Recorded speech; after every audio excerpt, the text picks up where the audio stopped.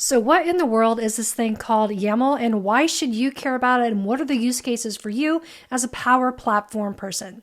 Well, YAML is a data serialization language that was created back in 2001, and is actually a superset of our friend JSON. And it uses an indent-based syntax and is meant to be more readable than JSON. Now you might be wondering what the name means and where it came from. I found this really funny. Originally, the acronym stood for Yet Another Markup Language as a funny commentary on the fact that there were a ton of markup languages out there. But it was actually changed a few years later, and it was changed to YAML Ain't Markup Language. And this change was made to emphasize YAML's more data-oriented purpose, and it also made it a double acronym or an acronym within an acronym. It's just a really funny story, and I'm all here for it, and I love it. Like JSON, YAML focuses on keys and values. And the main difference is how it's presented. So instead of using brackets and quotations like we do in JSON, YAML uses spaces and indentation. And you'll see two different file types used for these YAML files. It's either .yml or .yaml. So you might be thinking, cool story, but why should I care about YAML as a Power Platform person? It might sound way too developer-y or unrelated to you. Well, YAML is used all over the place in the Power Platform. So if you're using Copilot Studio and you're wanting to copy nodes and be able to edit those, or more recently, there's been some investments in being able to edit Power Apps, Canvas apps with YAML directly. So understanding the fundamental concepts of YAML and how to use it and work with it are going to become increasingly more important for you as a Power Platform person. So let's take a look at an example of a YAML file here, and we can explain some of the basics of what's going on so you can get a fundamental knowledge, and then we'll talk about how to apply this to the Power Platform. My recommended way to work with these YAML files is in Visual Studio Code. It's a recognized file type, so if you do .yml or .yaml, you can create a new YAML file that way, and all the syntax and everything will be recognized. First thing you'll notice is the use of hashtags. Hashtags in YAML are how we put in comments, so we can explain what's going on in the file. So you see I have a few comments all over the place. Now YAML uses a series of keys and value pairs, so you'll see those all over the place in this file. And this makes it really easy to understand what's going on. And there's all kinds of different types of objects that we can deal with inside of a YAML file. So let's go through each one of these. The first one is a string. So we have our key right here, which is employee name. And you'll notice in some of these keys that I have underscores in the names. That's because we can't have spaces in the names there. So we can either do a camel case or an underscore, whatever format you want there. We just can't have spaces. So I have a key of employee name, and then I have a colon. So that's how we separate our keys and values, just like we do in JSON.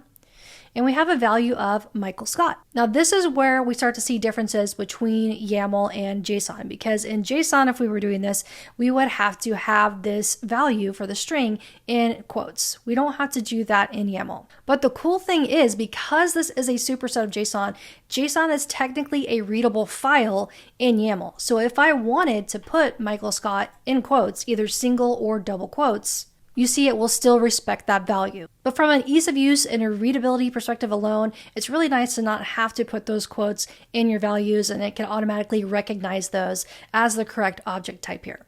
So that's how easy it is to do a string. Now let's take a look at an integer.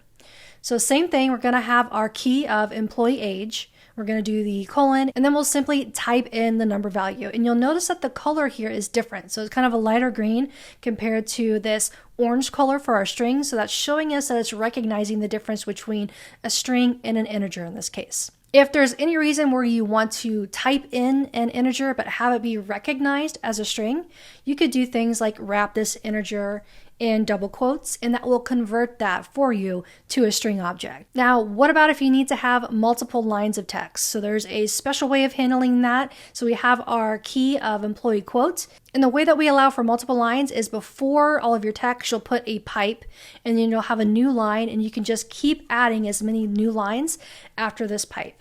One of the other data types that we can work with is a Boolean value. So again, we'll have our key right here of isManager, and we can simply put in a true or false value here. Again, notice the difference in color, letting us know that it's recognizing this as a Boolean value. And the cool thing about Boolean values in YAML is they accept multiple values here. So we can do the traditional true or false, or we can do yes and no, and we can do on or off. So those are all supported for your Boolean values. So let's keep going through these data types. What if we want to have a list of values? So we can do that pretty easily here. So we'll have our key value of favorite quotes. And we simply put in a dash and then the value.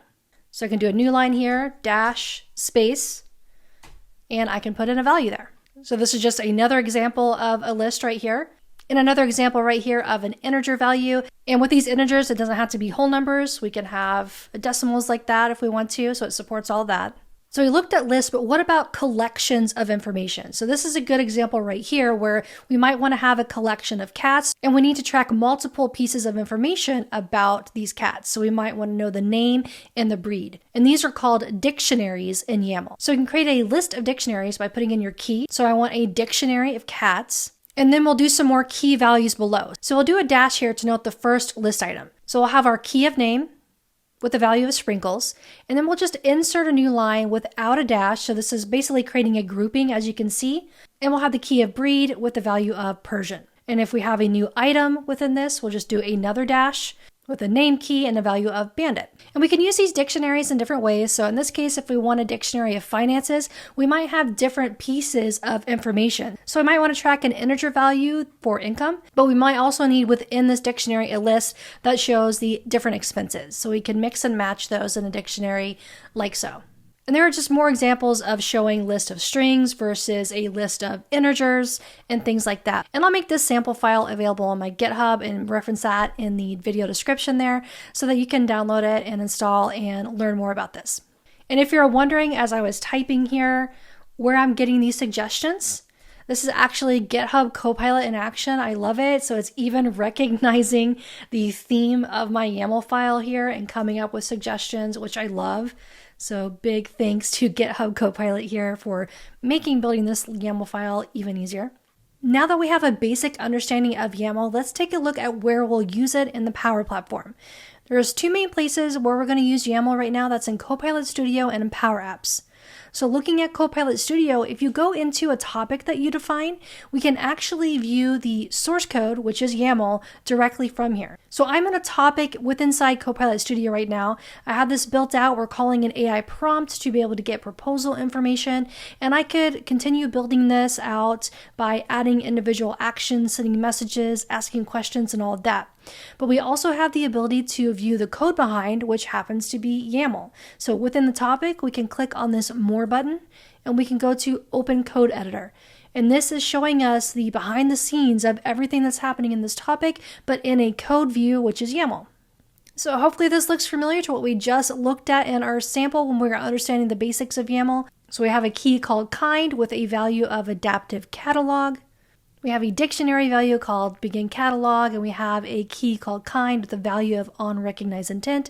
So this is one way if we want to make changes, we can do it through this experience. It's a good way to get a holistic view of what's going on with the topic. So if you have a really big topic with a lot of nested conditions and things like that that can result in endless scrolling, one benefit of knowing YAML and using this code view is being able to get a clean, all-up view of what's going on in the topic and to even be able to make mass changes. But the biggest benefit in knowing YAML across the Power Platform, and you'll see when we get to Power Apps that this applies to that as well, is being able to easily share your code. So if I build out this topic that does something really cool and I want to put it in another environment that I have, or if I want to share it with someone, all I have to do is copy this YAML and I can save this out wherever I want, and I can go into any one of these other copilots now. And I can go into the topics here. I'll just add a new topic. We'll save from blank. And now I can go over to the More tab here and I can just replace what's in there with that YAML. And now if I click Save, now we have that same topic right here in a completely separate Copilot. And this right here is why I love this YAML functionality, the reusability of this and being able to easily copy and paste things that you build into other environments, other solutions, even giving it to other friends, sharing it out on samples repositories like I'm passionate about and I create content on.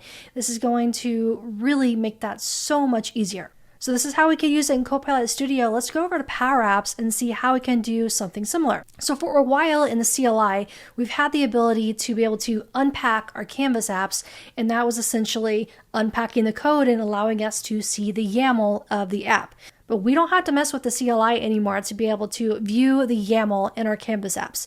At Build, they released the capability to view and copy and paste YAML from our Canvas app. So if we go into any object here, like I built out this nice looking gallery that has some formatting on it, I can right click on that.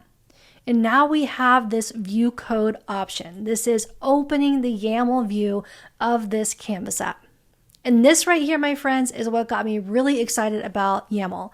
Being able to have this capability to see everything that's going on in your Canvas app in a particular object or the app as a whole is really cool. So I don't have to go into the drop down and click on each property to see what formulas and things are in there. I can just look through the YAML. So I said to view the code for the gallery control, I can see all the properties. So here is the onSelect property. I know exactly what's in it. There's a launch function. I have my items property with the filter. We got the wrap count, the align and container. It's just a great way to see all of the stuff that's going on with inside your app. So this will give you a read-only preview, so you'll see that I can't type in it or anything like that to make changes directly in this code editor, but what I can do is say copy the code, and we'll go into our friend Visual Studio Code and we'll create a new YAML file. And we'll paste all that code in here, and now I can make any edits that I need to make. So say I just need to change this URL right here. I can do that. Then I can copy this back, is where the magic happens. So I'm going to go into a completely unrelated different application, and I'll just add a new screen. So we have a blank canvas here. And then we'll go to right click and we'll say paste code.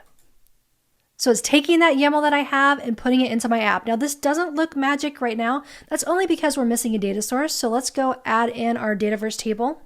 And we're just missing a dependency on a tab list. So I'm going to use this magic trick again, and we'll copy this tab control. So I copied the code easily there, and we'll go and we'll paste that in.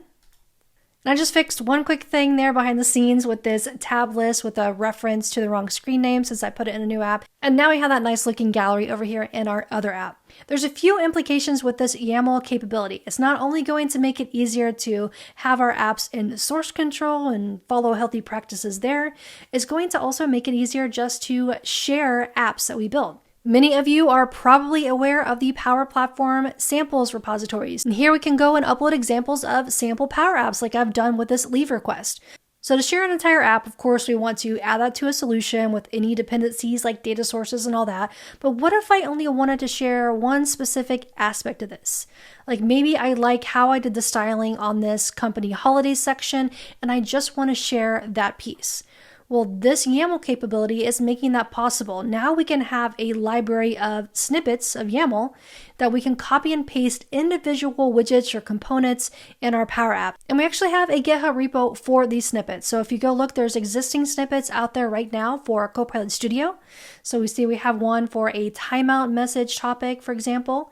And we can look at that and we'll go to the source here. And here is the YAML that you can copy and paste into Copilot Studio to be able to have this timeout message. And we'll be adding more to this repo. I'll be adding a lot, I know, for Power Apps snippets as well of YAML that you can copy and paste inside of your applications. So in my opinion, if you haven't already looked into YAML, you need to start now because this is going to be increasingly more important for you as a Power Platform developer. And as we just looked at, there are a lot of benefits to this. One, just being able to see everything in a better view. So being able to see what's going on in your app and what's going on in your copilots, even being able to make some mass changes. And more importantly, being able to share your Copilot Studio and your Power Apps snippets of code and easily paste those and move those around between environments and with your friends and colleagues. So I hope this was a good primer on YAML, what it is, how it works, and how to get started with it in the Power Platform. Let me know what you think about this in the comments. I would love to know what your experience has been if you used it before. And if you want to keep learning and you want to learn more about JSON and how you use that within the Power Platform, I have a video that you can check out there. So thanks so much for watching. I hope you enjoyed this video. And if you did, hit that subscribe button so you can be notified for future videos. I'll see you next time.